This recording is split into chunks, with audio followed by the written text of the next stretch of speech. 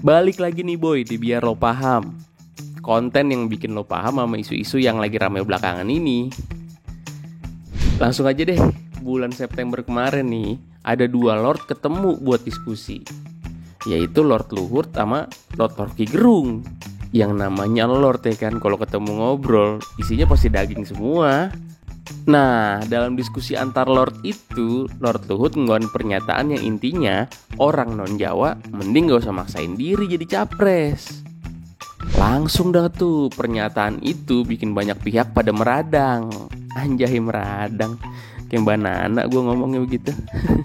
Ada yang bawa-bawa konstitusi lah, nyambungin soal hak asasi lah, macem-macem dah pokoknya. Intinya banyak orang pada gak setuju sama omongannya Lord Luhut. Soalnya menurut mereka, semua orang dari suku apapun berhak jadi presiden Indonesia. Ya emang bener sih.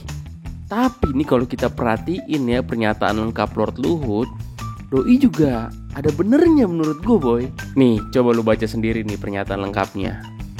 Intinya kalau lo non Jawa dan nyapres terus pemilu diadain sekarang juga, ya lo jangan ngarep kepilih. Ntar lo, ini gue mesti disclaimer dulu nih ya, gue bukan buzzer RP-nya Lord Luhut boy. Tapi menurut gue omongan Lord Luhut itu kagak salah, bahkan masuk akal menurut gue.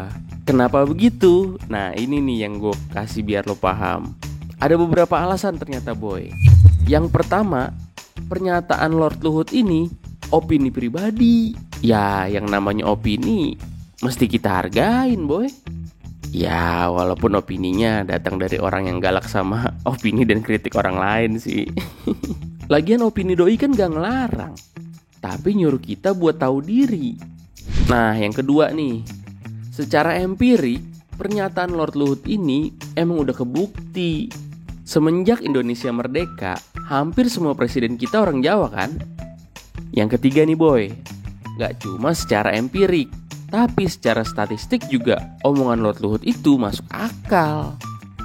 Soalnya menurut data BPS tahun 2010, jumlah orang Jawa itu mencapai 40,22% atau sekitar 95 juta jiwa boy. Lo bayangin aja nih ya, Korea Selatan penduduknya aja cuma 50 jutaan. Korea Utara malah cuma 25 juta. Kalau dua negara itu digabung buat pemilu juga masih banyakan orang Jawa. Nah, alasan ketiga ini nyambung banget nih sama alasan keempat. Menurut survei dari Lembaga Survei dan Polling Indonesia pada tahun 2014, orang Jawa itu emang cenderung milih presiden yang berasal dari Jawa juga. Nah lo, makin masuk akal kan omongan Lord Luhut. Yang terakhir nih, kelima nih boy, politik identitas di negara kita masih kental boy, kayak teh upet. Deputi Pengkajian Strategi Klemhanas, Profesor Dr. Insinyur Reni Mariani bilang kayak gini boy, politik identitas ini masih jadi tantangan buat demokrasi di Indonesia. Buat yang belum tahu, politik identitas itu strategi politik yang ngefokusin pada pembedaan dan manfaatin ikatan primordial sebagai kategori utamanya. Contoh ikatan primordial ya kayak suku, etnis, agama, dan lain-lain. Tapi nih soal politik identitas emang gak cuma ada di Indonesia doang boy. Di Malaysia nih misalnya, di sana presidennya yang dipilih cenderung orang Melayu. Di Amerika yang katanya udah maju demokrasinya, presidennya hampir selalu kulit putih. Mereka baru punya presiden kulit hitam pertama setelah 200 tahun lebih boy merdeka.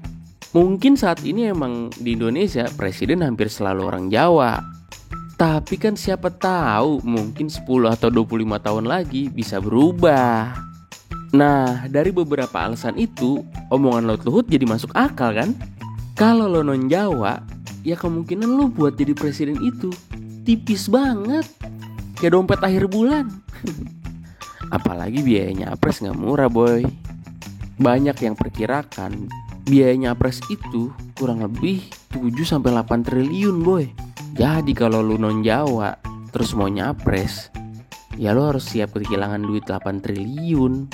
Jangankan siap lu, gablek juga kagak lu duit 8 triliun. Kami waktu itu Demokrat. Yang saya hormati, yang saya banggakan,